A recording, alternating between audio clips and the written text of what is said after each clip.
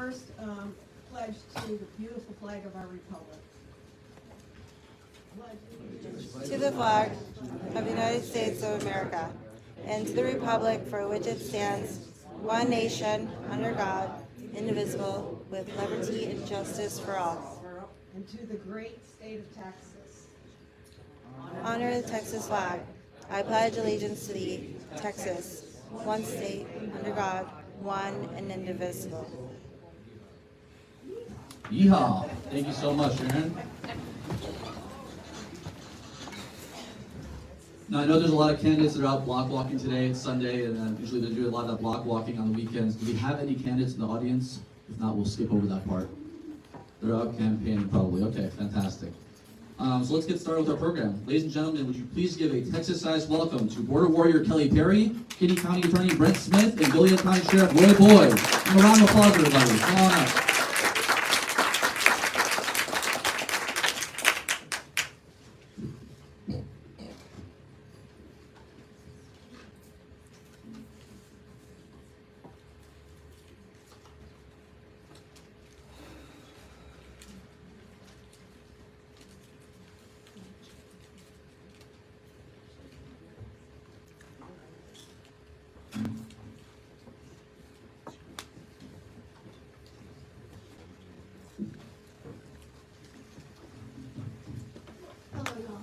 I'm so glad y'all are here. I know there's a lot going on Sunday afternoon, and there's a lot of places you can be. But I think today, as you listen, you will find this to be very eye-opening. You will wonder how come you're not seeing a lot of this on TV, which is really, really one of the sad parts of all of this. And then when we're done, you're going to want to know what you can do to help. We can start with that. I want you to see this first. It's 8 minutes, and it's real news. And it will give you a whole insight to things that you have never even thought of. Go ahead.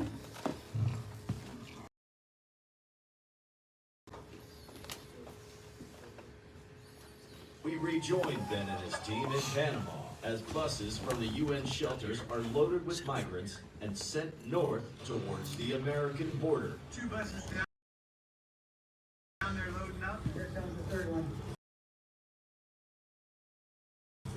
This is the biggest day so far. All in the largest human smuggling operation in world history. Brought to you by Joe Biden and the Democrats. That's it. All day. The trucks bring them in from the river boats bring them down. Well, it starts way before this. Goes Brazil to Colombia, they bring them across on boats. Boats bring them to the jungle, the Darien Gap.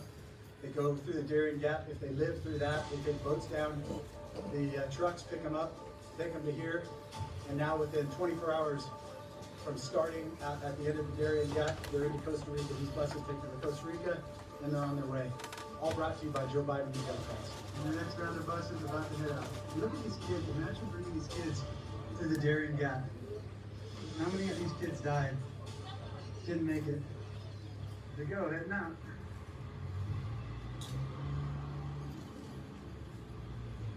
Coming to a city near you. The UN transport buses are filled to the gills as they head off into the night.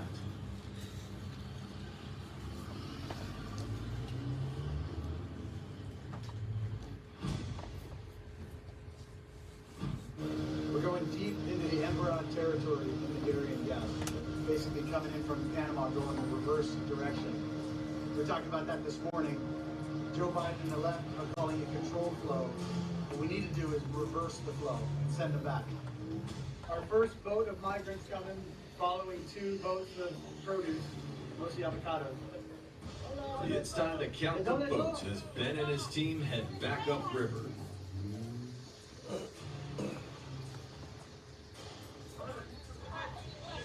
Where are you from?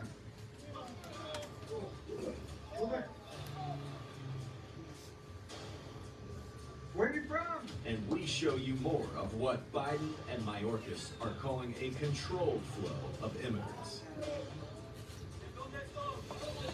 Where are you from?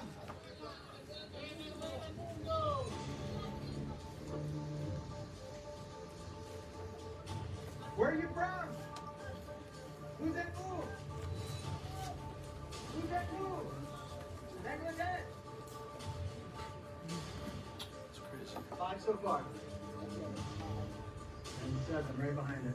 Every single one of those life jackets represents money into the pockets of the cartel. Where are you from?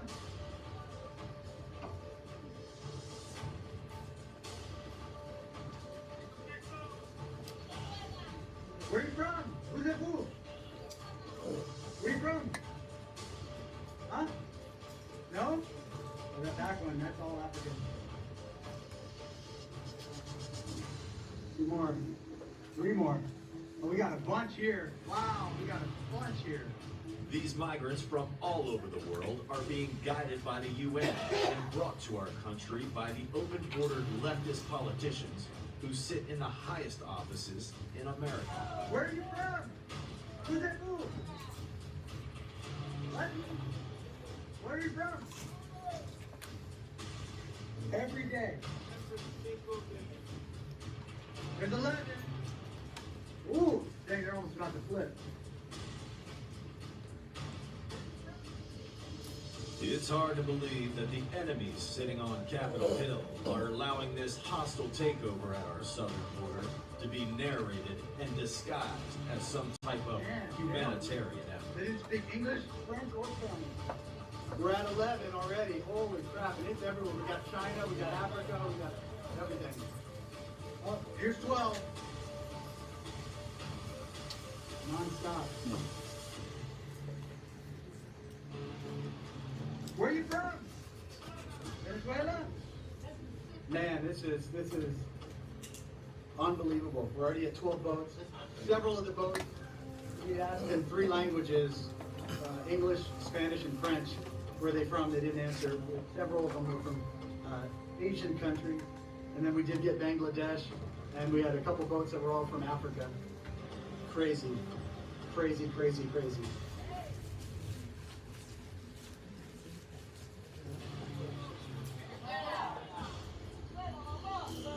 That's 14 boats this Sunday morning, heading up deep into the Darien Gap. We're heading to the first village we've already been to, and then deeper than that. 14 boats already. Wow, where's the front of that boat? Where are you from? Where are you from? Ah, he said he's from China. He was saying, that's what he thinks of Xi Jinping. More here. 16. This is like all Africa. And we got center press. This might be the last one. Who's that fool? Who's that fool? Where are you from? Where are you from? Bangladesh? Cameroon? Cameroon. Wow.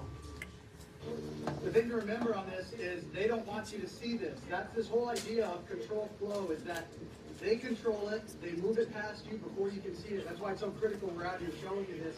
And how quickly, like last night, how quickly they load up, they get to the camp, they load up the buses, they move on to Costa Rica, they get them out of sight. That's the whole idea. And the crazy thing is, we are increasing it. That's what our government is doing.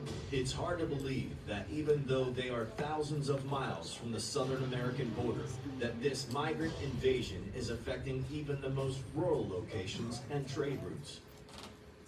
That's why it's so critical, guys. We have to see our elections.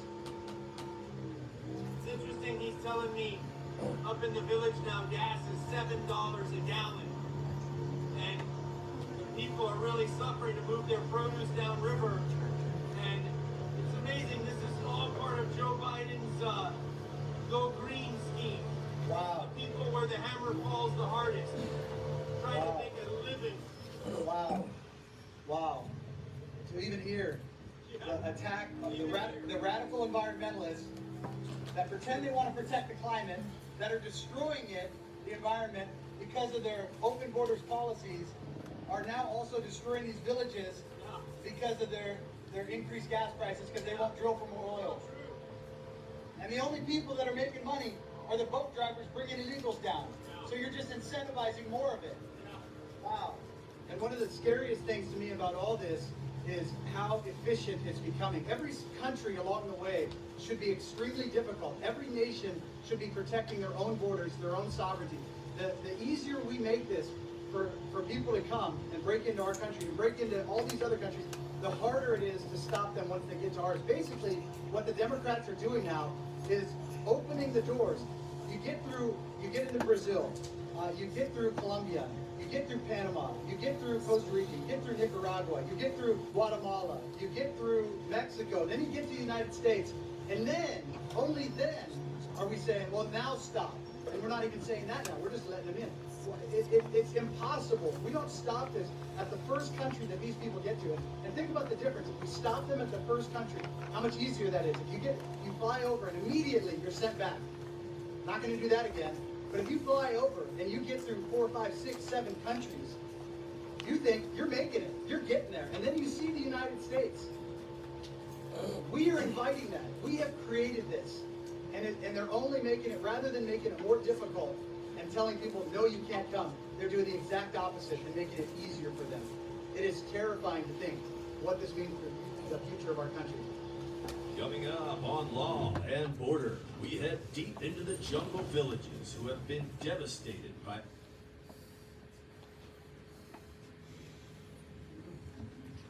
So a lot of people think that these people just materialize in Mexico, and then they just come across and make their way into the United States.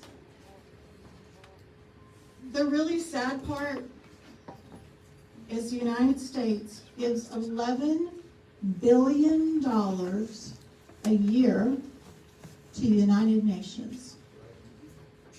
We are funding our own demise. You can watch the news, or you can get out and fight with your legislators, your senators, and your congressmen. It's very, very important. That was the Darien Gap. You can do your own research. It's all real. A lot of people wonder if what they're hearing is true, and you need to know that the next slide, I'm going to show you. The sound didn't come through. You can go ahead and put it up there. This is a migrant center in San Antonio. Actually, that's not. That's the criminals. So I'll tell you about the criminals, and then we'll get the other one. Do y'all know how many countries there are in this world?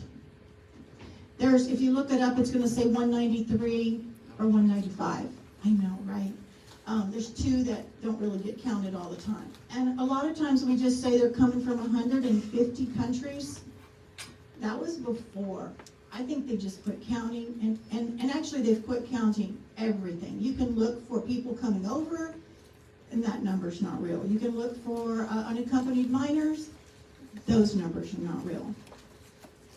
If they're coming from all those countries, and you need to think about this, they're used to a different way of life. Okay. How about no respect for human life? They're walking into our country. They're going all over the United States. They see things that we cannot even imagine. And the children that are coming in and growing up have seen horrific things, and they don't even know they're horrific. The criminals, this is what this is right here. When I say this next thing, everybody thinks I'm lying, but you can ask Sheriff Boyd. This is the truth. When they come into the United States from all these countries, they're checked against one criminal database. One. The United States of America criminal database. That's one of my favorite parts, because everybody's chin just kind of drops to the floor and they wonder if I'm telling you the truth. Only if they've been to the United States before. And if they're in our database, will they be stopped? They know. That's why cartels, it's such a commodity to them to have people coming across that work for them that have never committed a crime. Not only do they just get to walk across, they're given $1,400, a cell phone, and a ride on the Cartel Express anywhere they want to in the United States that Cartel is now setting up. Again, we pay for it. All of it. For months, I have said that it's the criminals. You know, was it Cuba that sent all those, opened their jails several years ago? Well, now they're coming from everywhere. Why would you keep those murderers and pay to feed them and house them for the rest of their lives? Why? You just put them on a bus and bring them through Texas. One of the reasons the crime is so bad now in the United States is because of the defunding the police. And you don't hear it, but the truth is we're just letting them in the border. I want to say it's either 74 or 79 terrorists have been caught. 15%, 20% is what we're catching. 8 to 15% are caught. Are caught. Half the time, most of them are just let go. Those are terrorists. They think nothing. It's like going and getting coffee to kill people. In a place like Dallas, if you do what normal people do and you get up and you have breakfast and maybe go to work or don't go to work, and you go and you shop and you do what you need to for your family, there is a whole other life that's happening while you're sleeping. They're coming into every city. You know why the big cities? It's easier to disappear. They just disappear. And I don't mean like death disappear. They find relatives where they live and they'll go to a lower income and they find a way to make some money. And if they don't, they become criminals. It would be very nice if they were arrested and got sent back. As you can see, that's easier said than done. I have a lot of people that say, why aren't we sending them back to Mexico? Because they're not from Mexico. There are some from Mexico, but majority are from the rest of the world. And the weird part is that they do away with their identification. They have no identification. They are whoever they say they are. And depending on how dark their skin is, they can say they're from wherever. Anywhere.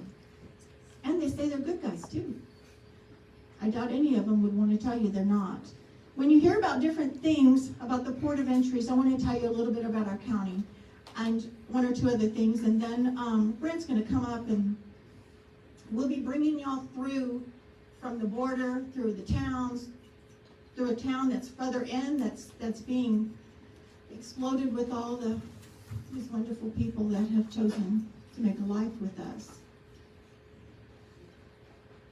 Living between ports of entry, we are, think about it, if they do have a record, where are they coming?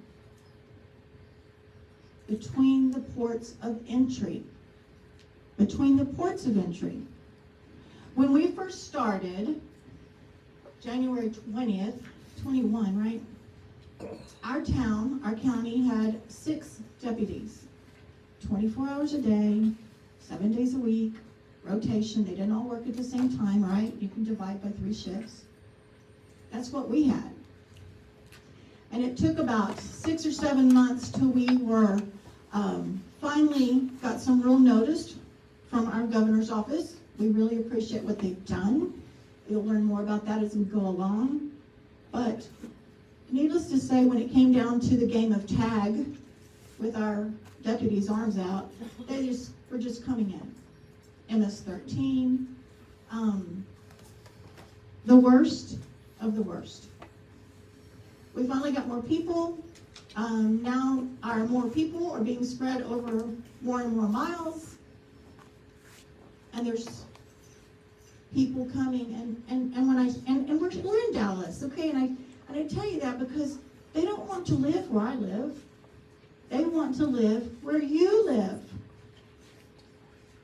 Your legislators, your senators, if you're not familiar with what's going on, you need to become aware. And you need to not stay quiet. You need to let your voice be heard. Because if you don't do it, who's going to do it? I've been in politics now. I call this politics, okay?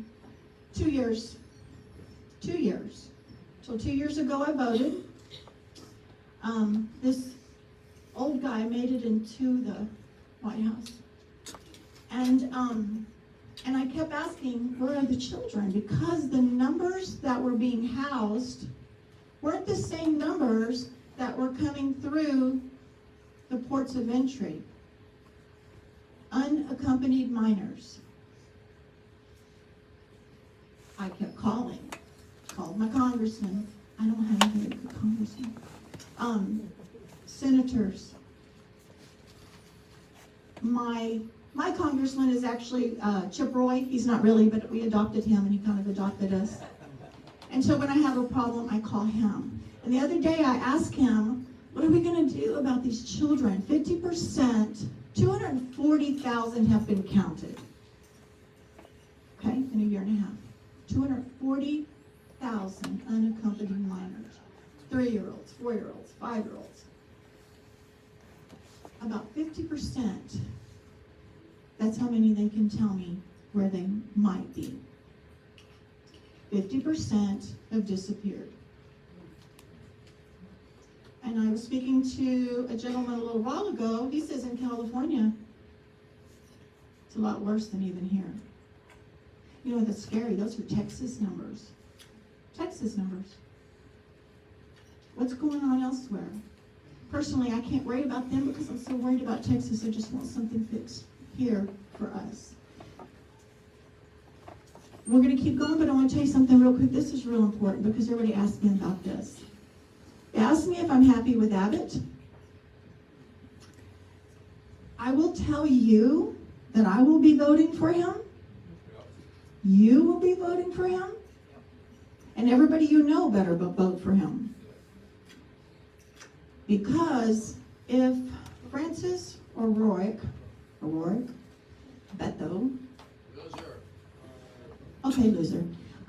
If he makes it into office, we will not have a Texas. And even you'll be going north. Our border won't be southern, it's going to be northern. There's no way we would survive. It's not about the person, it's about the way of life. And the way of life is what you're voting for. Hopefully, after the election, I've been told that he will listen more to more people. And I like to think I can trust that being told to me. I'm an SREC, State Republican Executive Committee. I'm on the executive board for the Republican Party of Texas for my district. I was sent there, God sent me there, there's no ifs and buts about it. I came in December, and I'm a newbie. And I am the Vice Chair of Legislative Priorities. And I am the chairman of Border Security Legislative Priority. Why? Because I live this and breathe it every day. There will be a lot of people fighting for us when we get there. You need to be sure those people running are fighting for what you want. I find people all the time that say, oh yeah, I was working for so-and-so, putting out signs, doing whatever. I'm like, well, do you know where they stand on the border? Please find out. Because you're the ones that can make things happen. Those newbies, those new legislators, they're new. I mean, they're new. Some of them don't even show up half the time out there. It's pretty scary for me. You have power. You helped get them elected. You voted for them, I'm assuming. You have to make them listen. They are being held accountable by you. The last thing I wanted to go over real quick.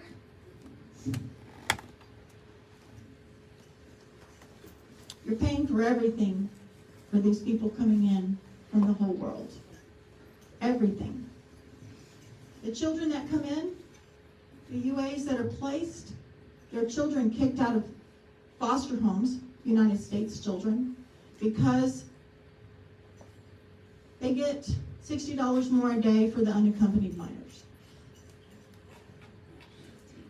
Yes, the subsidies, you're paying for them.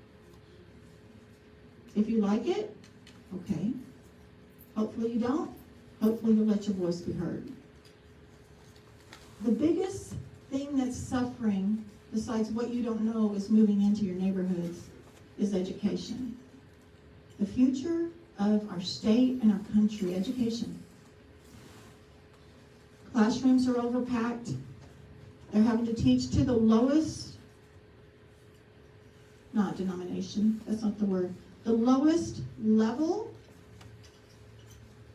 of the highest education of those children. Does that make sense? If they've never been to school and they're 13 and they're stuck in 5th grade or 6th grade, that class is going to have to teach to that level. They have to. Can't teach to the highest. They're not just speaking Spanish, as most of y'all think. Those were returned to Mexico, in case y'all wondered. How many of them were really from Mexico that got sent back or said they were from somewhere else and went on to somewhere else? There's just no accountability. When we flipped the house in November, one of the first things they told me they would do is find these children. It's our country, guys. It's our country. We're allowing sex trafficking, human trafficking. People buy these teenagers, and if they're not put into the sex trade, they're used on farms as day labor, and they have to work their time off. They are slaves, pretty much for the rest of your life. But I'll leave that part to Roy also. They love me. There's a lot of people that speak at these, and they're all, the first person gets to take all of their stuff. So I'm trying to be fair. So I would like you to research and find out how to follow a bill. How many of you remember in 5th grade how a bill becomes a law? Do y'all remember? It was a cartoon and he had glasses. Okay, that's still fact. There's some better ones that have been made, but it's the truth. So if you don't know how a bill becomes a law, go find that. It's really entertaining. A lot of people do not know. I have to tell you, I am fighting to get legislation done, and I had to ask my husband 2 years ago. And I tell you that because if I can do this, I'm not a professional speaker, as you can tell. That's not what we do. We're out sharing the facts, making you laugh if I can, and if I can't, oh well, you can go watch Avatar at the theater. Avatar, sorry, not Avatar, Avatar. I want you to go on the Texas GOP website, and I want you to read what Republican principles are. Most people don't know. You know who you morally stand for and what you do, but you don't. A lot of you, how many of you ever read them? How many of them know all of the Republican principles? Yeah, that's what everybody tells me. It's really, really, really important, especially if you're fighting. We won't use the word fighting. Arguing with somebody that you want to switch parties. It's really good to kind of know what your party stands for. So I ask you to study that, print it, keep it, and then you'll be even prouder of how you're voting. I'm assuming you're voting with me. I mean, I would assume that if I'm standing here. Legislative priorities. We had a convention this last summer. Almost 6,000 people were there. And out of the state, they voted on what things and changes that they want to see through legislation. You need to look that up. TexasGOP.org. You can also follow a bill. You find out how your legislature that you are voting for, if they were in there last time, go look and see what they did. Go see what they voted for. See if they're telling you the truth. I know, heaven forbid, every single politician tells the truth. I do know that. But you can still check. These are important to your growth as an informed citizen. And then you got something to tell your friends. And then tell their friends and friends, and we can just educate everybody. Don't expect others to do it. It is for you, and it's for you now. Okay, next, I'm done. Next, I'm gonna have Brent come up. Brent Smith is my county attorney, constitutional attorney. I want to tell you a couple of things in case you didn't know it. In April last year, Brent, along with Sheriff Boyd, Goliad County, and Kinney County, were the very first county to file a disaster of declaration. Did I say it backwards? Local state of disaster. I've been doing that. I can't fix it. Sorry. In my brain like that. They were the first, and then it spread all over the place. Some of them dropped out because they were promised more money if they didn't file it. I know, nothing makes sense in Texas anymore. They also were the first ones recently to draw that line in the sand, again for the Declaration of Invasion. I did say that one right, huh? They're from all over the state. All over the state. They're not border towns. East Texas, North Texas. Where's Collins County? All of them. They're filing all around us. Can you do that? I'll give you my card after this. It's very simple. Actually, I'll just give it his card. Anyway, he can tell you how to do it. I can give you Rachel's card. You can take care of that yourself and get your county to file. It's not hard. I'm sure all of y'all can talk. You can use a phone. And you're one more county, because when we go into legislation, all those counties will be held up to those legislators. Okay.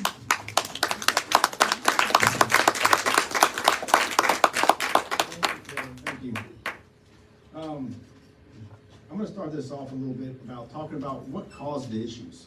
Why are we looking at what we're looking at on the border?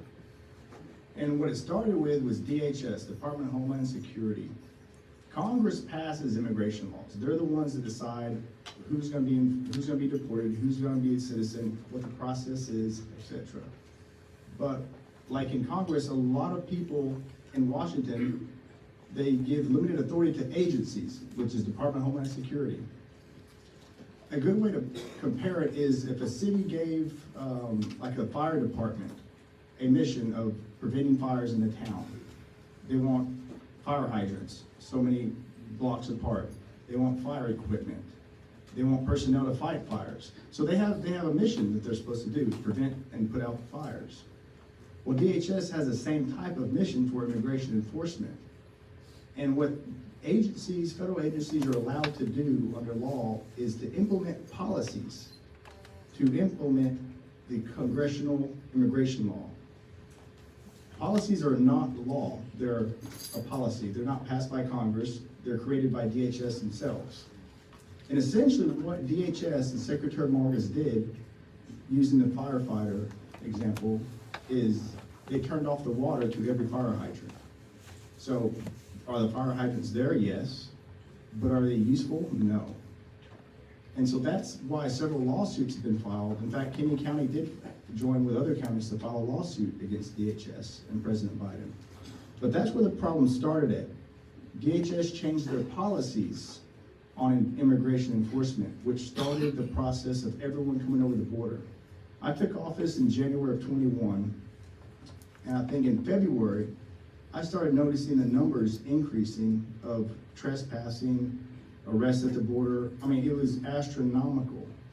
And very quickly, it began to overwhelm our law enforcement and Border Patrol with processing. And so that's when I reached out to, well, actually I didn't reach out to, Sheriff Boyd from Goliad County and their county judge reached out to me, and we decided to declare a local state of disaster, which prompted, I think, 36 or 40 counties total that eventually did that. And so that's when it started, was when DHS changed their policies to basically not enforce immigration law. Because only Congress can pass immigration law. They're the only ones that actually make the rules, not DHS. But they decided not to enforce the laws by implementing their liberal policies under Joe Biden. So that's why everyone says, well, we need to enforce our laws. Well, we have the laws in place. They probably need to be tweaked, I think, to not allow agencies like DHS the discretion on not enforcing them. But that's how we started it. Kenny County residents, Kelly spoke about the port of entry thing. So to our north, we have a port of entry, which is a bridge that goes across the border where people can come and go. To our south, we have another bridge in a different county. So Kenny County's in the middle of these two ports of entry. If you're an illegal alien not willing to be captured by law enforcement, you obviously don't want to go through the port of entry. So there's a funnel type system we have in Kenny County where there's no ports of entry next to us, except for Maverick County, which is Eagle Pass, as y'all see on the news, and in Del Rio, which is Valverde County. So that's why we have so much human trafficking, human smuggling, evading arrests, stash houses. Right now in the county, we have over 7,000 criminal offenses that are being prosecuted. Wow. That's criminal trespass and the ones I just named. So our judicial system is slammed. I think before the border crisis, we would have 6 cases a month. And now we're at about 400 to 500 a month. And so that's where Operation Lone Star comes in. Operation Lone Star was started by Governor Abbott, as you know, and it surged law enforcement to the border, giving us resources, prosecutorial resources, everything, even the county clerk. Because we soon realized, like, if the county clerk who files all the documents in the courthouse, if they don't have the resources, then the whole system will collapse on itself because they can't keep up with the filings. So we finally have that going. And is Operation Lone Star the solution? No. But it's the only thing right now keeping us from having a truly open border. It's part of the solution. But without Operation Lone Star and several other steps, we wouldn't have a county. I can tell you that. We've had a county resident a few months ago was driving down the road, much, like some of y'all do every day, and all of a sudden she started getting fired upon with gunfire coming from the opposite side of the road, oncoming traffic. A human smuggler, a cartel operative, was being chased by DPS, and hoping to get away, they started firing into oncoming traffic, hitting her vehicle multiple times. So that's what we're dealing with. In fact, Benji, if you start some of the videos, and I'll kind of explain each one what's kind of happening. These are just from Kenny County itself. You might turn on the lights. These are some illegal aliens that DPS is in the middle of arresting right now. It's using a thermal imaging device. This is on private property in Kenny County. They just walk right down the road. These are the gotaways you won't hear about. These are the ones that do not want to turn themselves in. They throw away their IDs, and they'll walk up to 30 to 40 miles just to not be apprehended by law enforcement. Same thing here. This is at night with a thermal drone. Law enforcement did end up catching those.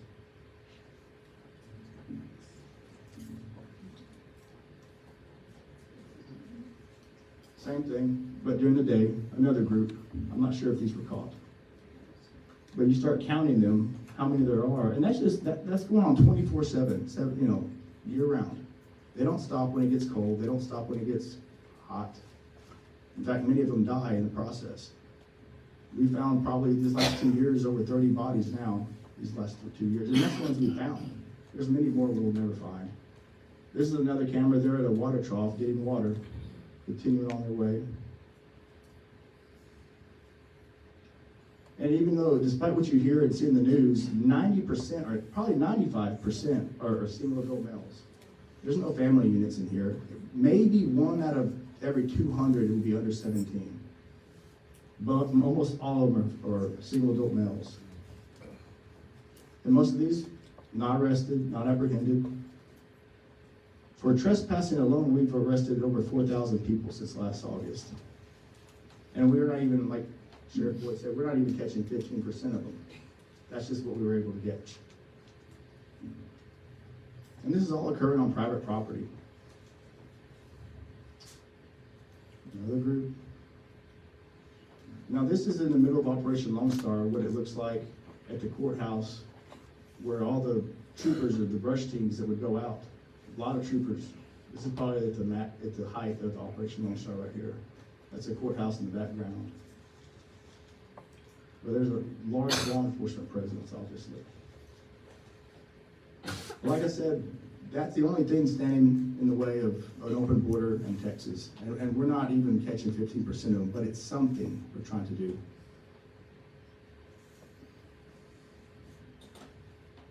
These are a couple that are being chased. I think there's a DPS officer that catches them here in a minute.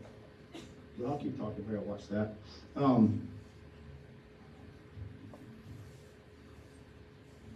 In a video here in a minute, you'll see our school. We have to put military barricades around our school campus because of the smuggling chases that occur almost every day. We're trying to protect the children going to school, so we have these big barriers around so any of the cars can't go into the campus for injuring children. And I think that's the last video that you're going to see on this thing. That's one DPS officer, by the way, apprehending a big group for himself. But they're very limited on the personnel that we have right now.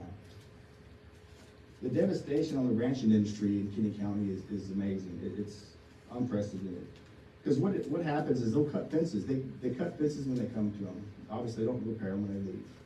But if you have a 200-acre pasture where you're trying to raise cattle, if you can't keep that fence up and keep your cattle in, then you're going to face liability if the cattle get out onto the highways. So several ranchers have just abandoned certain pastures and said, I can't keep the fences up, so I can't use it to keep cattle. So that's 500 acres or 200 acres of useless land that they can't utilize. In fact, it's a takings of, without due process of your property. If you can't keep the fence up, then you can't use it. And they're just overwhelmed. There's not a state or federal reimbursement program that'll help them with the fences. And fences, I mean, they're a lot more expensive than you would think. If you want to repair a pasture fence, like say half a mile, you're looking at several $1,000s, tens to $15,000, $20,000 to do that. And it's not repairing the fence one time, it's repairing the fence every week. It's kind of if you had a fender bender, you go to the car shop, you have to pay about $2,000 to get a door replaced or something like that. Having that once a year is not a huge issue, but if you had to do it every week, it's a real big issue. And that's what's happening with the ranchers. It's not the one-time repair, it's the every week trying to repair your fence, hiring someone just to do repairs, and that's it alone. So they're financially going bankrupt, not able to do that, and moving out of the county. There's several of them that have retired, and they move, or especially if they have kids, they're moving the children out of harm's way. In Eagle Pass, the businesses in Eagle Pass have actually changed their hours of operation where they close before it gets dark because they're worried about their employees walking or trying to get to their vehicles because the amount of people in Eagle Pass dealing with aliens on the street. Could you imagine that if Dallas all of a sudden changed its hours of operation where every store is now closed before sunset? That's what's happening on the border. But you don't hear about that very often. I think Kelly spoke about this, but Border Patrol has reported 1,500 deaths in the river due to drownings. And that's just on the river. And that's what they reported. It wouldn't surprise me at all if it was twice that. Every single day that there's bodies being pulled out of Rio Grande. You couldn't pay me enough to drink that water. And the poisoning of fentanyl is something I think is hopefully going to get more media attention. Border crime is somewhat unique compared to other crime because most cities cannot eliminate every criminal act or all the crime. It's going to happen. But with border crime, it's different. You can actually trace that person that commits that crime back to him or her crossing the border, or that pill of fentanyl killing someone crossing the border. To where if that pill had never got across the border, that person would have never been poisoned and died. It's all preventable. It's a preventable death. It's a preventable assault, a preventable rape. If your child gets poisoned by fentanyl, and that because of an unsecured border, that pill was allowed to come in, that's what I'm talking about, how it's different than most other crimes. It's preventable. Actually, it's preventable. So that's one of the other reasons that we need to secure the border immediately. Every day, I think 100 people die of fentanyl poisoning from some type of drug overdose that comes through the southern border. 100 people a day. And so if you have legislators or politicians that say, well, they don't want to act to do something, how many deaths are they okay with? 1,000, 2,000 people dead, you know, when does it become a problem to them? That's what it really comes down to. And you know, the numbers by CBP or Border Patrol that they have released, I think, you know, the ones that they have released, we're over 3 million apprehensions now. And that's 3 million apprehensions. That's not the gotaways. That's who they've actually put hands on. And if that 3 million is essentially 15% of the total. If you want to go on and say, let's say 15%. 3 million is 15% of the total. They've caught 70 known terrorists. Those 70 are 15% of the total that are in the country now. We have no idea where they're at. The other thing people don't realize is the cost. There was a study done before this crisis that each illegal alien costs the state of Texas $37,000 a year, each one per year. That's housing, Medicare, education, everything. You start doing the numbers on how many Texas has absorbed at $37,000 each per year. Property tax is bad, but you think it's bad, it's going to be a lot worse once we get that bill. So if people don't care about secure border, they usually do care about money. And you can also talk to them about that. And the main thing that Sheriff Boyd's going to talk about, I'm going to give him a lot of time because he likes to talk a lot. This is all related to cartels, every single part of it. From them getting on the boat in that video, to them stepping foot in New York, to them committing crimes. The only person or organization that benefits from this are the cartels. They have, you know, a good example is Texas right now, in our neck of the woods. We don't have a jail. We don't have a place that can hold women. Not many. We have to ship them to different counties that can hold them. So the cartel started sending a lot of women as smugglers because they know they won't spend a day in jail. Well, we now have contracts with several jails around the state where we can house some of the women we arrest. Well, now what do the cartels do? Now they're using pregnant women. Women are actually getting pregnant on purpose and go to smuggle because a pregnant woman, you can't hardly put her in jail until she has a baby. So the cartels are using the system against us and our own legal system against us to smuggle drugs and people into the country. Make no mistake, our battle is with the federal government, but our main battle is with the cartels. That's the driving force. And that's why I applaud Governor Abbott for designating them as a terrorist organization, because that's what they are. They've done everything ISIS has and then some. They are responsible for more deaths than ISIS could wish on their best day. Hundreds of people, thousands of people, they have poisoned with fentanyl. And that's not a regular drug that you can overdose with by taking a lot of it. You know, enough that fits on the tip of a pin will kill you if you have it into your system. It is not I wouldn't even classify it as a drug, it's a poison. And, you know, several states have actually classified it as a weapon of mass destruction because it's that dangerous. And they are shipping it every single day, 24/7 across the border. So everyone wonders about solutions. What can we do about it? Right now, there's 2 people in the United States that can resolve this issue. One of them is Biden. So we might as well just scrap that solution. The only other person that can actually do something about this is Governor Abbott. Under the Constitution, under Article 1, every state reserved the power to self-defense if actually invaded or threatened with imminent harm. That's what the disaster declaration that we're talking about, the invasion declaration that we're talking about does. Governor Abbott can invoke that Article 1 authority and secure the border. It's not on a basis of immigration. He's not enforcing immigration law. He's enforcing constitutional law. And he's trying to protect Texans by doing so. And if it means he sends people back and deports them, then that's fine. But it's not immigration. It's constitutional authority that he has to invoke. So that's the only solution that we have in this crisis. You know, there's other people that talk about an interstate compact, which is several states can get together, form an agreement to enforce immigration, but that agreement by 2 or more states has to be ratified by Congress. So that's a big what if that happens. We can't wait around 2.5 years for another president either. How many people, thousands upon thousands upon thousands of people will die if we get someone elected that will force the border, if our vote counts. If there's a lot of what ifs to get 2.5 years from now. We can't wait that long. I know King County can't. We won't be there. And I'm serious about that. Our ranching industry, our hunters, they're leaving by the score every day. We don't have any other industry in Kenny County besides ranching and hunting. So it's very important that you contact your legislatures. This next session, which starts in January, is going to be the most important legislative session of our lifetimes, bar none. Bar none. They need to realize that. There's going to be several bills introduced, I believe, for the border. And they need to know the seriousness and the disaster that's going on right now. Texas is basically on the operating table, bleeding out. And we have to do something to stop the bleeding. If we don't, we won't have a state. And if Texas falls, the rest of the United States will fall right with it. I guarantee you. That's all I have for today, but we'll have some question and answers here in a minute. Our next speaker is Roy Boyd. Should I do his intro? Go for it. Well, like I said, Roy Boyd is one of the first sheriff that came to our aid when we filed a local state disaster in Kenny County last March or April. And his county is also the one that declared an invasion with us. Sheriff Boyd's been with me hand in hand, pretty much, going through this whole process. He's a heck of a sheriff, and he knows a lot about the cartels. And I encourage you to listen to him. And don't glue him too bad. Thank you.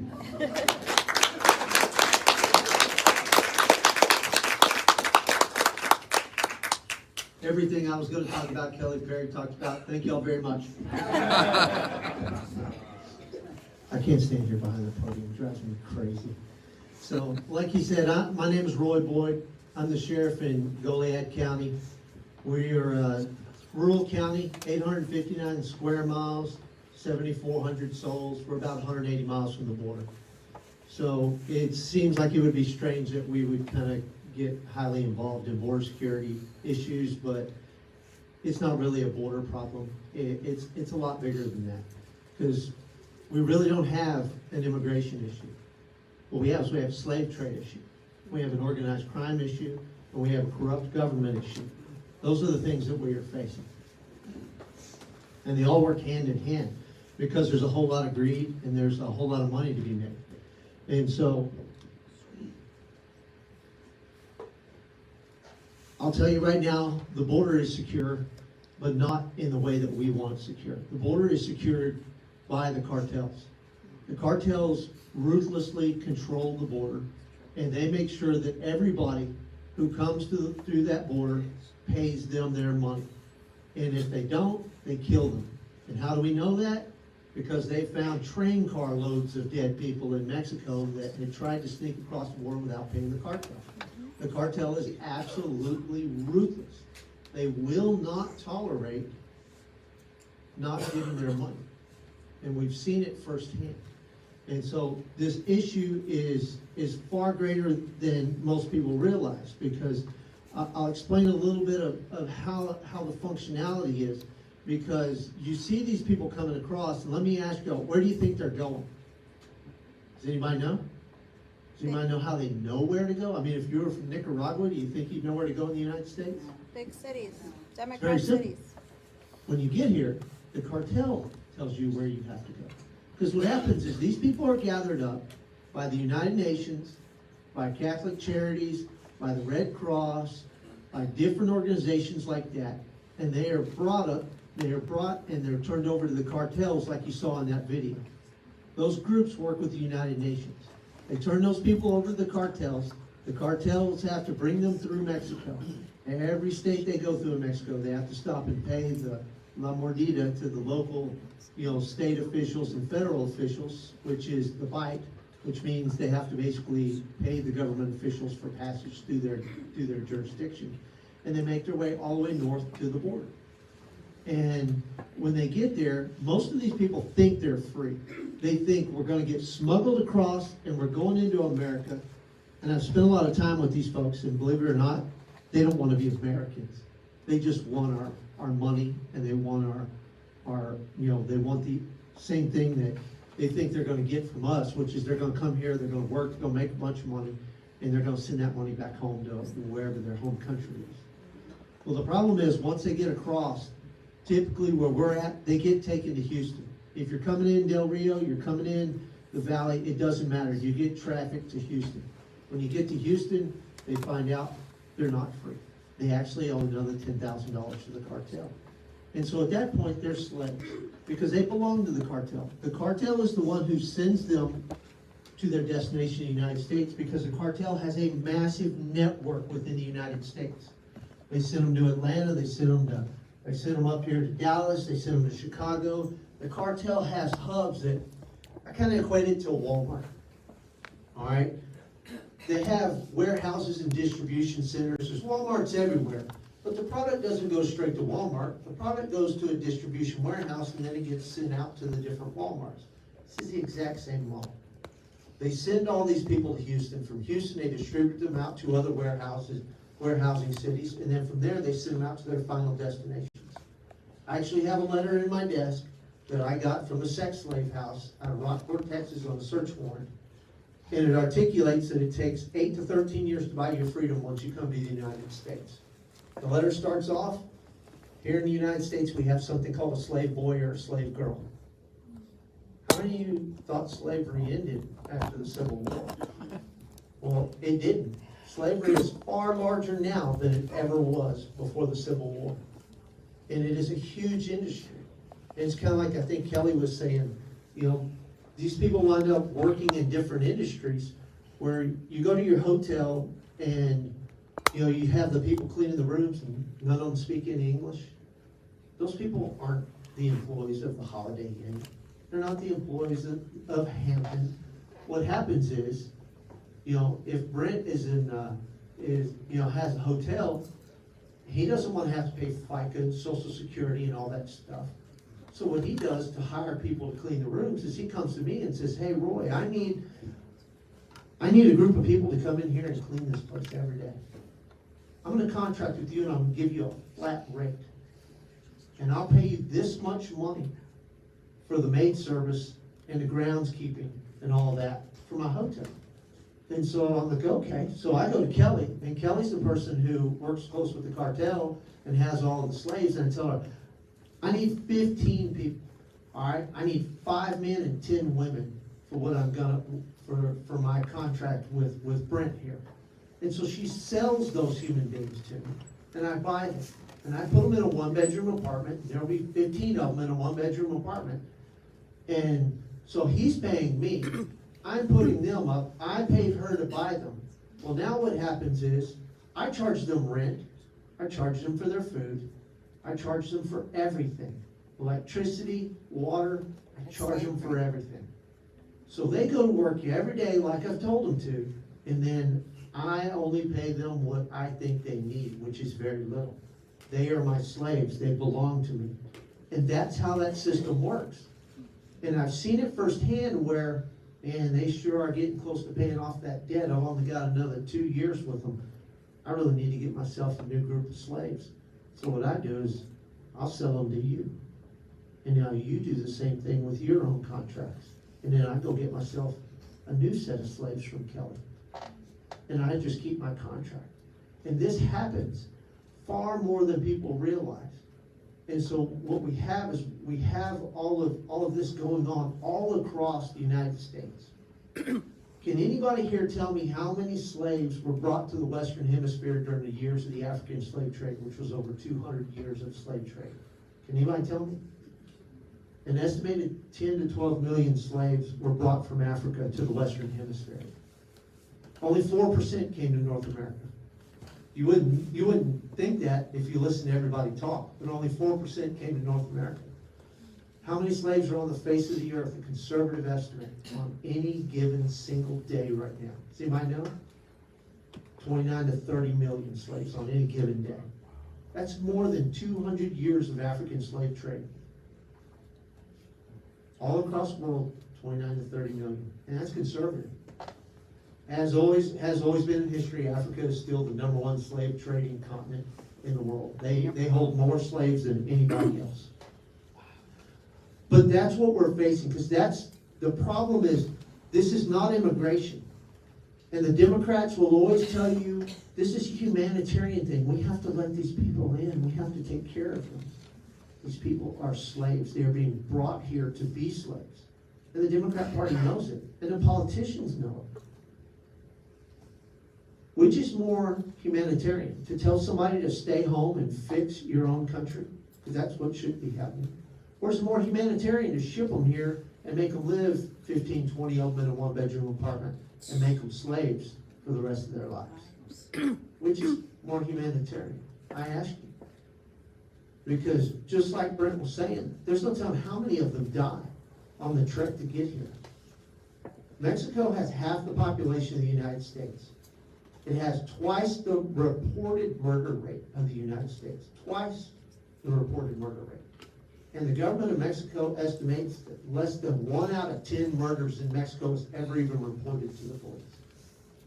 Just take that in. That's phenomenal. Just think how many people die coming up or killed by these cartels. And if you don't think the cartels aren't doing that here, then you're mistaken. The difference is the cartels are very clean about it. We don't get murder cases. What we get is missing person cases. And those are the people that the cartel has come and taken, and they've hauled them off and killed them somewhere. Because they're very efficient at this.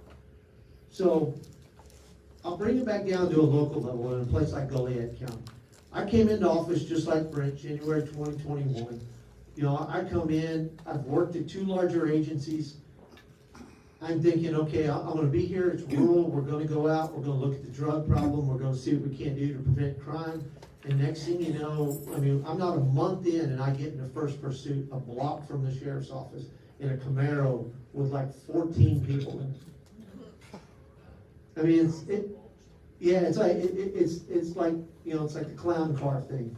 But there's like 14 people in this thing, and I'm chasing it in town, and they're bailing out, and so we're catching as many of these people as we can. And from there, it just kind of takes off.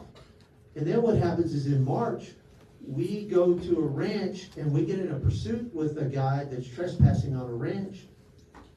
And this guy's fast, and we're chasing him through brush for miles. Well, we go back, and what we find out is we recovered 20 trash bags full of trash at this ranch. We're like, man, this is like some kind of super site the cartel's using or something. And so the cartel had been using that place since 2019.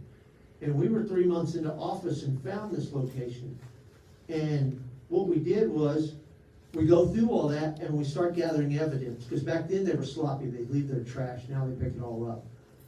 But we go through all the receipts, we go through everything, and what we find is that the cartel was bringing a lot of people through there. We take that information, we start hitting the roads, we start knocking people down, we work with, fortunately for us, our Department of Homeland Security investigators, really good people. Our prosecutor, really great prosecutor. We start working cases with these folks, and we start building. And what we find out is that these folks have been running a lot of people through here.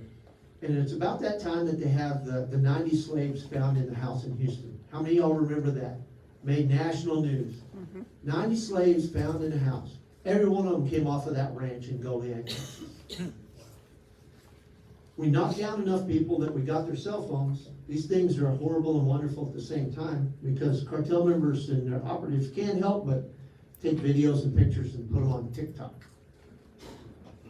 And so I got one video that's 130 illegal aliens and 8 cartel members and a bunch of stolen trucks on that ranch at one time.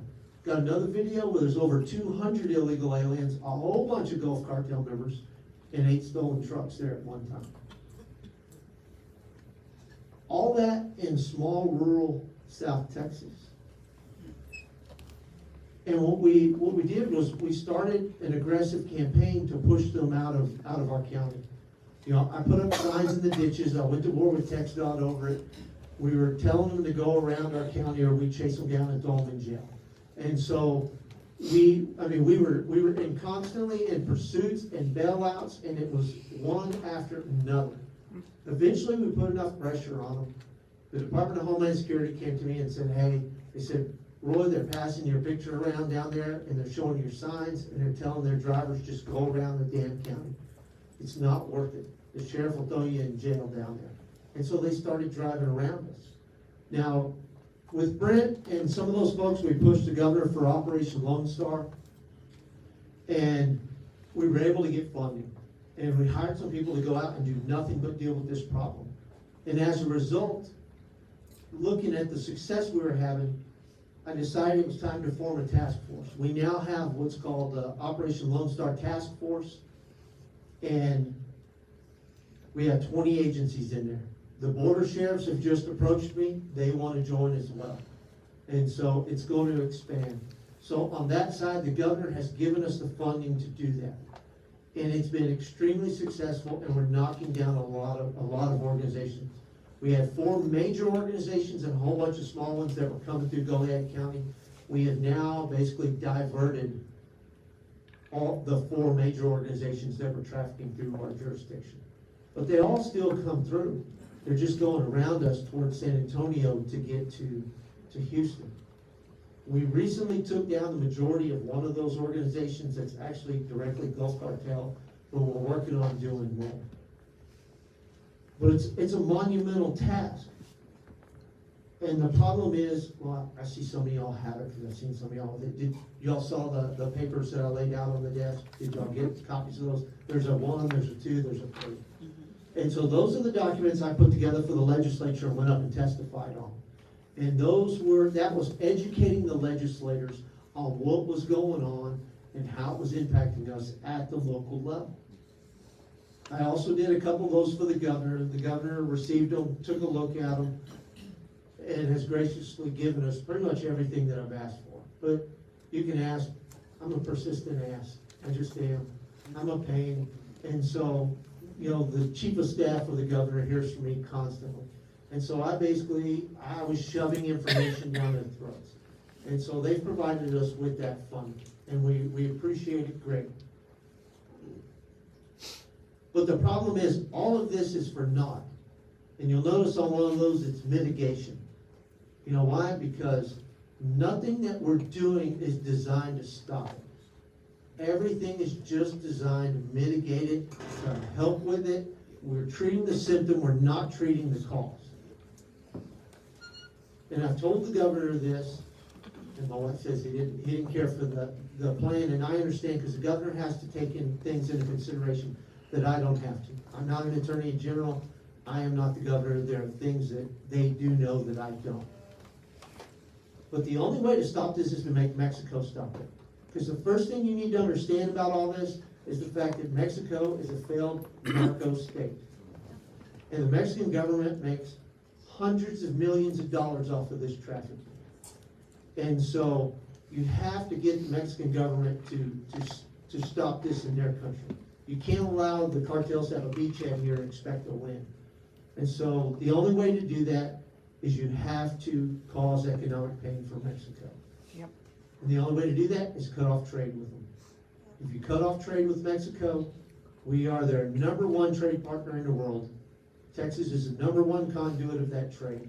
If we shut down all trade with Mexico, we make them feel more economic pain from the loss of legitimate revenue than we do from their gain of their partnership with the cartels. Yeah. It's the only way to bring it to an end. And something has to be done, because we're losing, and we're losing bad. I'm hoping that after the election and everything settles down, that maybe there'll be some other options put on the table. Like I said, there are things the governor and the AG have to consider that I don't. But we're going to have to take some bold steps. One last thing I'm going to ask you.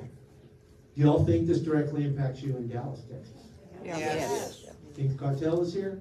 Yes. They are. I'm going to give you one quick story. So one Saturday, my guys are out. They're working traffic. They stop a lady. She's got 3 young females with her in the car. They're coming from South Padre Island. They've got pictures of them at the beach, in the hotel. They've got sand. They've got it all. Everything's there to show they're coming back from a week at the beach, which is what their story is. The problem is, it just kind of unfolded as we started to interrogate them. We realized that 3 of the girls were illegal aliens, and 1 girl was from Dallas.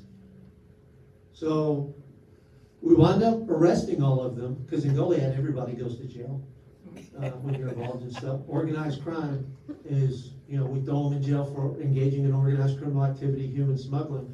Well, we interviewed the girl from Dallas. She tells us that she was in a bar in Dallas. She was recruited to move these girls. They were called specials.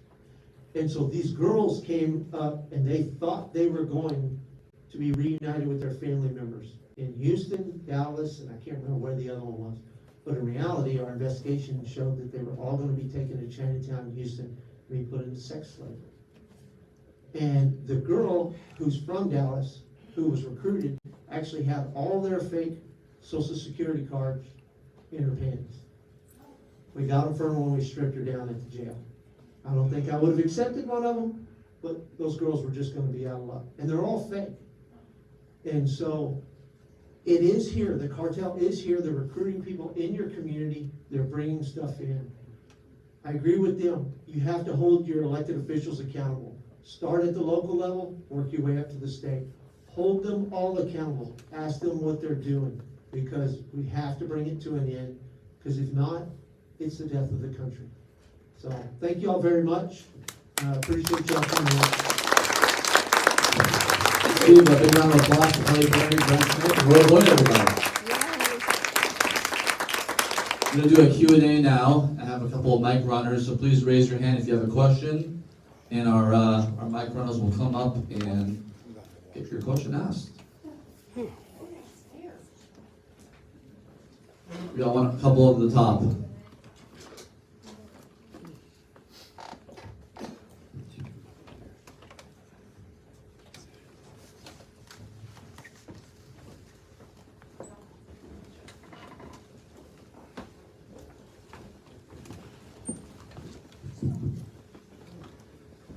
Hi, my name's Kevin Caldwell.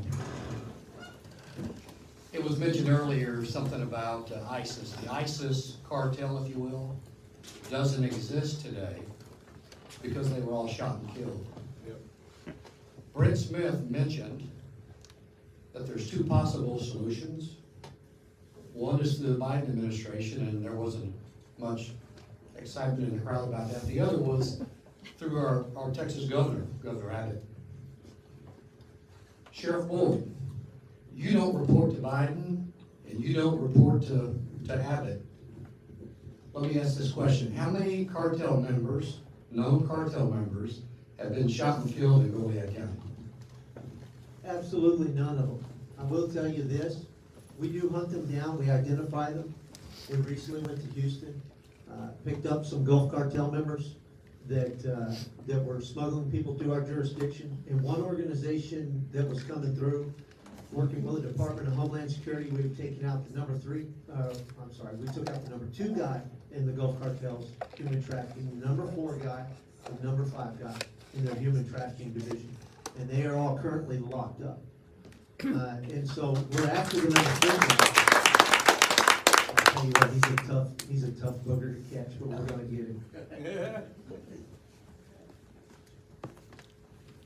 Hi, Patrick.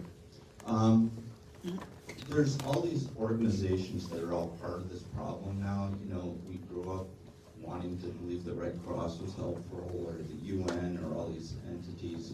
What organizations can we help that are helping? I don't know of anybody that's None. on our side. Yeah.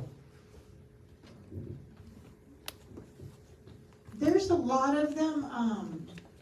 If I start doing the acronyms, you guys are gonna be grabbing your phones trying to figure out what all of them are. There are a lot of organizations. There's TPPF, Texas Public Policy Foundation, the Heritage Foundation. What's Todd's group? Okay, so Todd Bensman is one of y'all's speakers at a special event that y'all have coming up. You want to watch for that. He's an excellent speaker. Center for Immigration Studies. Secure the Border is another group that's actually up here in Dallas. If they don't know who to connect you with, I'll have my cards ready when we finish, and I can connect you to the right people. Ours is Border. Are there other organizations help? So there's Texas Federation of Republican Women, probably in this room. There are several of you that are members or associate members. They're working on different things. Actually, they are, for the first time going into this legislation, they, which are 10,000 strong in the state of Texas, are helping I laugh, I have people that call me a Shrek, S-R-E-C. They're working with the Republican Party of Texas. It gave us another army. There's a lot of people working. You actually have to look for different ones that are focusing on different things. Okay, but I'll give you my card and I will help put you in touch with who you need to speak with. I'm John from Irving. I've got a thing about the fentanyl deaths. What about the idea of getting every city criminal attorney and every district attorney and every attorney general from any states, any of them that would go along with us?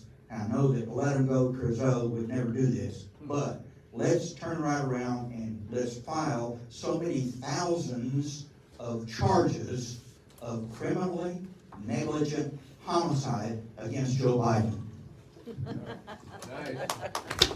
That is a decent idea. Unfortunately, I know there's sovereign immunity for a lot of office holders that would create an issue there, but, impeachment, I think, is the first step we need to do something with. And there's been many landowners coming to me asking, can we sue Joe Biden? Or what can we do to fix our property, try to get some protection on the border?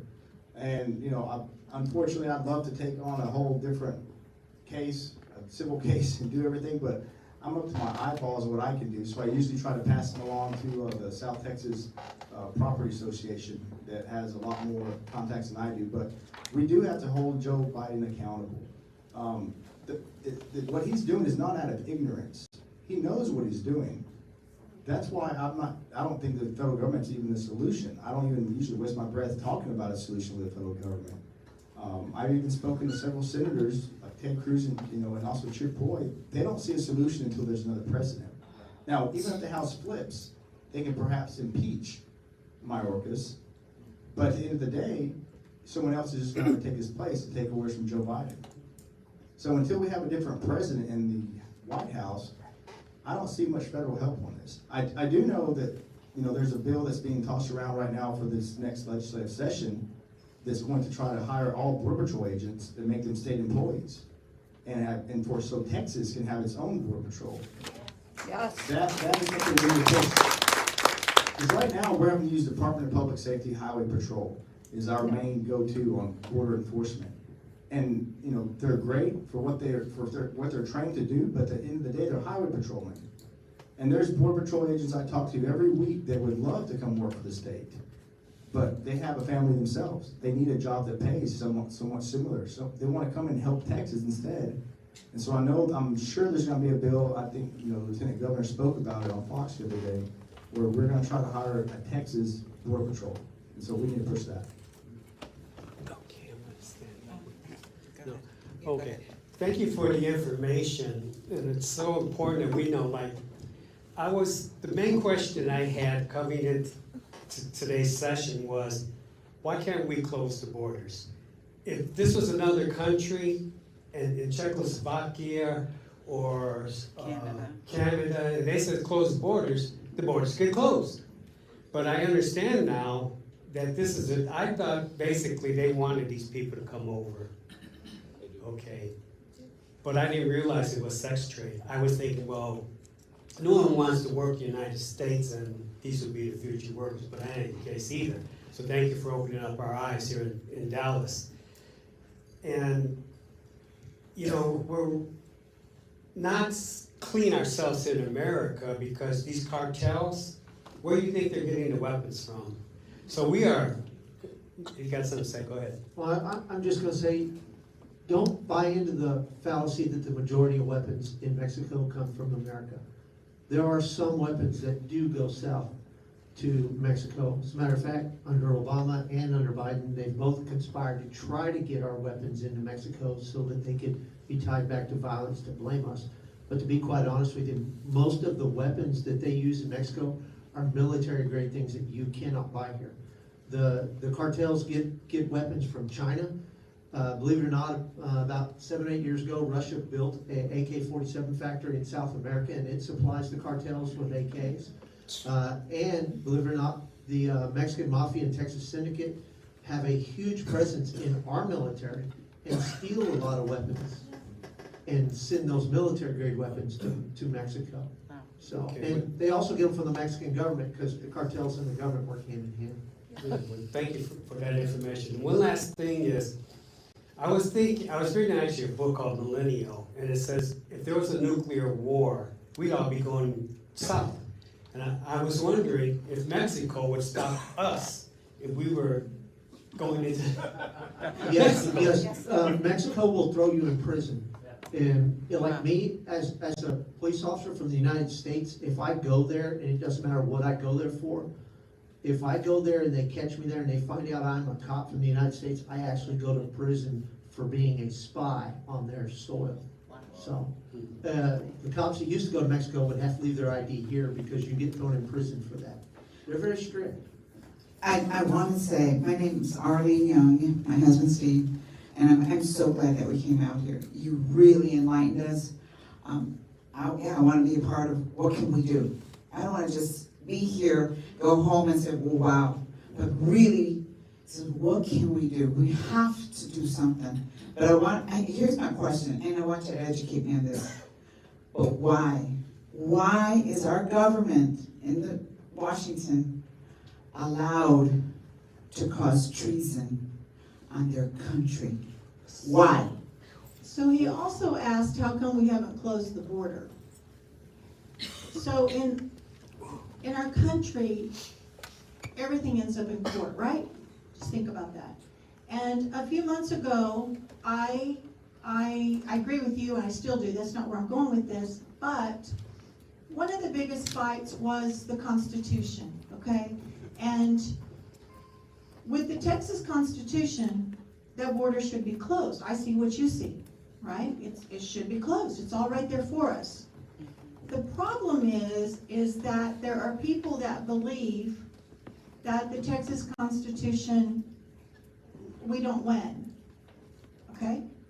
Because Biden could then tell Border Patrol to turn on us, arrest our DPS, our National Guard, and a few months ago, that seemed very far-fetched to me. And so a lot of these think tanks would say, they're not going to do that, they're not going to do that.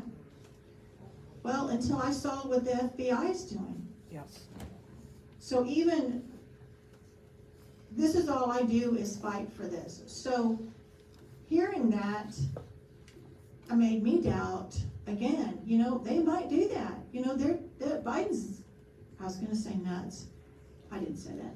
But I don't know what they might tell them to do. And guys, I know y'all don't have anything to do today, and Kamala said the border is secure. So don't believe anything you see on the news. You have to double check everything that you see by your social media. And you've asked how you can help. Call your legislator every single day. As soon as you get in your car, call them. Drive them nuts. Get to know their staff. That's the other thing I need to tell you. The staff rules. You think legislators do? Their staff does. And they'll talk to you and visit with you. And we'll take notes and pass them on. Your legislators, they're great people. We're depending on them to save us. We really, really are depending on us. They have to hear from you. When they hear Kelly Perry's on the phone, they hang up on me. They don't want to hear from me. They want to hear from you. Okay? Let me add something, because you might run into this with a staffer. So a lot of people throw out the U.S. versus Arizona Supreme Court decision, saying that states can't enforce immigration law. That was a Supreme Court decision back in 2016, 2019, where the state of Arizona passed state law that basically copied federal immigration law. And so when they went to go enforce their state law, it's really immigration law. And U.S. v. Arizona said that Arizona could not do that, only the federal government could enforce immigration law.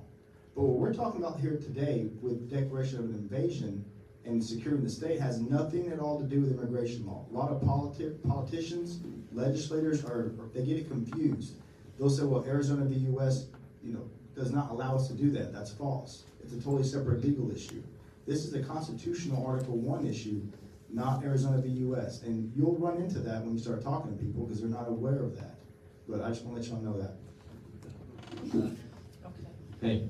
Okay. Me? Okay. No, I was thinking,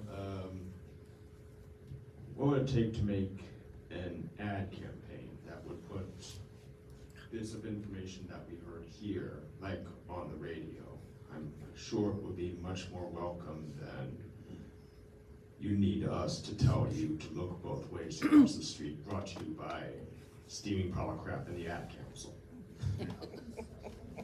I mean, like, not like what you might hear on someone's campaign ad, but just a general message that you hear on the radio or so. Well, that would be where people can donate money to organizations that put that on. Now, what is that organization that does that? That's a Kelly question, but that's a good idea. You know, our main problem with all this is getting information out to the public. Most people are unaware of this. And that's when Benji called me and I was like, man, Dallas is a long ways away. But I know the longer you drive away, most people don't even know what a bailout is. Do y'all know what a bailout is? Yeah. Raise your hand if you do. Go ahead. All right, so what a bailout is myself or one of the deputies, we'll go make a traffic stop. Say it's for speeding, say it's for a bad license plate, and instead of stopping, they'll take off and they'll flee from us. And what they do is they'll look for a spot and they'll usually drive through somebody's fence, tearing up their property, just like Brent explained earlier. And then they will drive off into the brush and they open the doors and they take off running in every direction. And you'll see, like I said, 14 people in a Camaro just coming out and running all over the place. And one little old guy like me, kind of hard to catch them all. But you'll have pickup trucks with 20-something people in them because they'll stack them like cordwood in the bed and put a piece of plywood over them and make them go down the highway. And they'll just be popping out and running all over the place. Sometimes, especially down in LaSalle County, while they're being pursued, they'll slow down and they'll just take one and toss him out while the truck is still rolling down the highway. That way, they're trying to get the deputy to stop and render aid. And so if that doesn't work, then they'll toss another one out while they're going down the highway. And so this is what we deal with on a regular basis. Okay. I'm Colleen Canyon. Thank you so much for coming.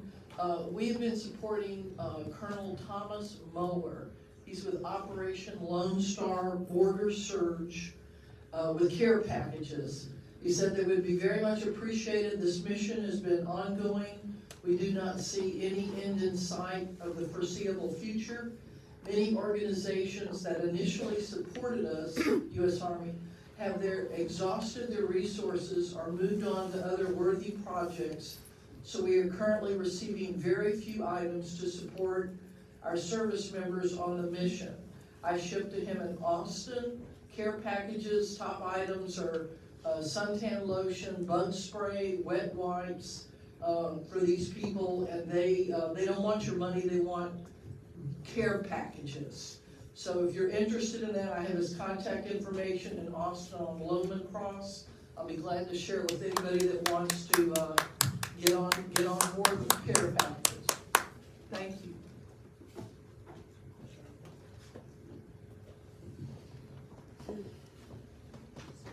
Any more questions?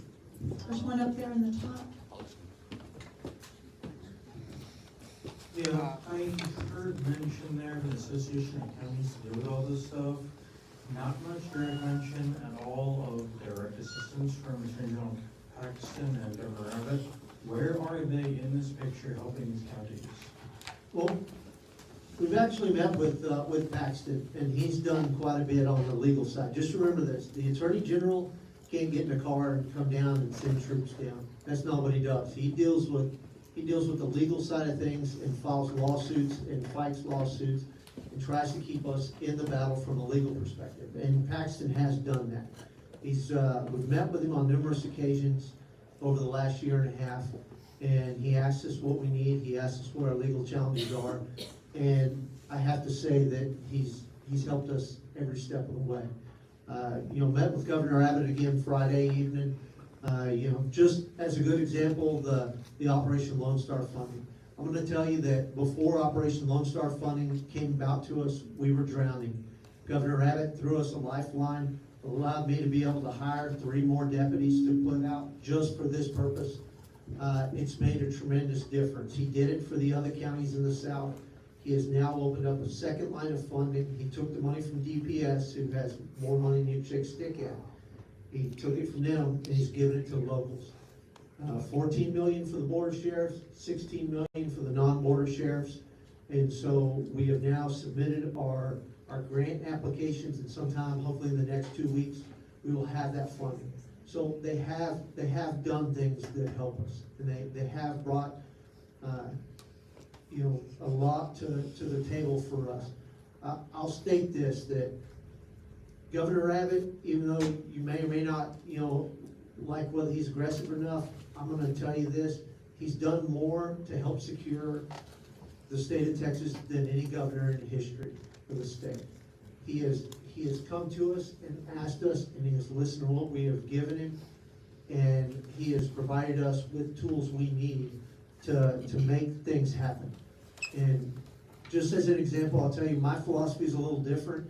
Most counties, they'll get a load of illegals and they'll turn them over to Border Patrol. Border Patrol takes them, processes them, lets them, and then sends them on their way with an I-94 form that gives them basically an immunity from anything dealing with immigration status. In Goliad, we arrest everybody, we throw them in jail, and by doing that, we're depriving the cartels of the funding that they would get from those individuals as slaves for a long period of time. Hopefully, my goal is, while those people sit in jail and go through the whole system, that the cartel forgets about them and they're off their books, so that we get done, they can get deported or whatever needs to be done with them once they've got their conviction, because at that point, they're not supposed to be eligible for citizenship. And we can get them deported, and then they can go, and instead of being slaves, they can go back to their home country, is what I want them to do. And so I think if we adopted that all across the board, it would probably really deter. But the problem is, district attorneys are kind of like sheriffs or cats. We're hard to hurt. And so it makes that inconsistency from county to county is a weakness that we have. One more question. Yeah, one more question. Just an idea. But, slavery, we fought a big civil war against slavery. And I was just thinking, I says, maybe there's the key, is that if that's the case, slavery is illegal in the United States, but yet it's here, then maybe there's a case there to be made. The problem is the government is the #1 facilitator of slavery.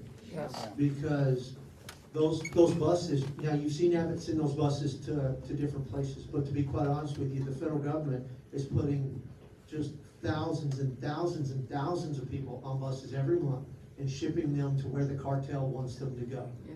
They are putting them in planes, and they're flying them where the cartel wants them to go. And they're turning them over to the cartel. They know this.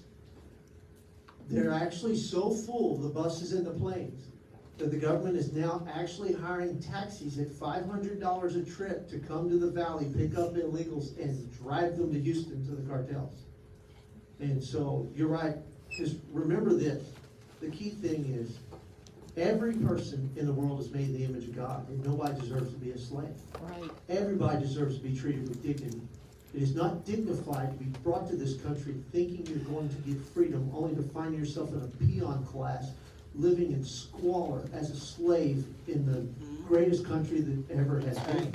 Right. Nobody should have it. I'm going to tell you now that we've reported millions and millions of these people that are in slavery right here in the United States. We're catching over 100,000 a month in the state of Texas alone. Border Patrol is, and they're telling me if they're lucky, they're catching 10% of what comes across. I have Border Patrol agents tell me that in 2021, they estimate somewhere between 18 and 25 million people actually came over that border. Those people are slaves. We are developing a peon class. Nobody deserves to be in slavery, and one of these days, those people are going to number in the tens and tens and tens of millions, and they're going to rise up and demand what's rightfully theirs, because our freedoms come from God. They don't come from the government. And when they stand up and they demand their freedom and they demand their piece of this pie, it's going to be a day of reckoning for us. And rightfully so. because we've allowed it to take place. One thing I'll add to that, and I think we'll have a better chance of pushing the message with fentanyl. Fentanyl has killed today more people than the Vietnam War did combined. Every day people are dying from it all over the United States. Even the governor from Alaska, was stating how much of a problem it is for his community in Alaska. That's going to be the main crisis. Because what happens when these people come over, it's either a distraction for other places where fentanyl's coming over, or they're smuggling fentanyl in themselves. The majority of these people are, like Sheriff Boyd said, going to be slaves to the cartels. But there's a lot of them, they're just straight criminals. They're coming in, they're cartel operatives. And so you have a mixture of people. It's not a clear cut who's coming over. It's a mixed bag of this and that. But the drugs is poisoning more and killing more Americans today than anything we've never seen anything like this. Not with cocaine, not with any other drug. They're not reporting it. They reported all the COVID-19, but I was just wondering how, maybe we should have a fentanyl 19. Well, and remember this, the same people who are bringing over these slaves are the exact same people that are bringing in the fentanyl. Same groups. Right. They could. Because the government doesn't want them to go away. They want them here.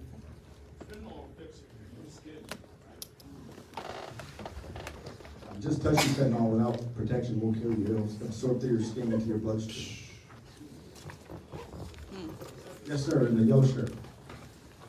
If and when foreign militaries begin to cross that border, how will our action be different if the Biden administration is supportive of that activity? They're not going to cross. They have no use in sending military. We're being killed from within, attacked from within. Right. That's too overt. It's just like coming to pick up your guns. They'll never come pick up your guns because that's too overt. They have other ways of doing that. If that happened, our military would be able to step in, and they would. But they have to, in order for our military to step in and help, the federal government has to say that they're terrorists. And they're not going to. I know y'all all thought you were coming for big motivational pick-me-up, and we come in, and it is very sad, and it's very distressing. It's even more so to know that it's your own government. Yeah. I really appreciate y'all coming. We basically all live in the Wild West. Texas is big. It's your state too. Yes. I know that you leave here and you're really, I know, I can feel it. I feel it in the room. I can see it in the room. It's really what we set out to do. Sorry. But there is a lot that you can do. I'll have my cards. You can talk to Benji. He's got ideas. There are things. Please don't leave here today and go home and just worry about it and not do something. Every person in here can use their phone. Give another big round of applause. Kelly Terry, Brent Smith, and Sheriff Boyd. Thank you all so much for being here tonight.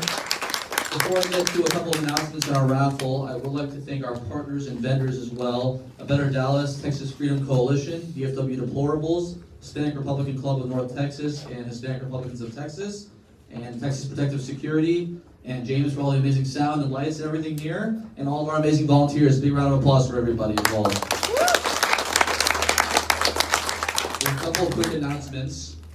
We invite all of you to join us on Thursday, October 13th for our annual Sukkot Under the Stars holiday dinner party. This is one of my favorite events of the year. This year I think it's probably going to be our best that we've ever done it. We have an incredible speaker in Todd Bensman, who is the author of America's Covert Border War and Overrun, How Joe Biden Unleashed the Greatest Border Crisis in U.S. History. He's also the Senior Writing Fellow at the Center for Immigration Studies, as I mentioned, and the Middle East Forum. We're also going to have some prominent rabbis there, live jazz music, gourmet food, open bar is one of the best parties of the year, so please do not miss it. Registration is still open and tickets are limited now, so please make sure you get your tickets. Finally, if you're not already registered, although I think everybody in here probably is registered to vote, make sure you do so no later than October 11th. If you need help with that, please stop by our table outside, and I'll make sure to get you on a list and get you signed up to register to vote. I've got registration cards right here. Oh, we got a registrar up there. Okay. And if you need to change your address, I can do that too. Beautiful. Thank you very, very much. Alrighty. Without further ado, our raffle for the evening.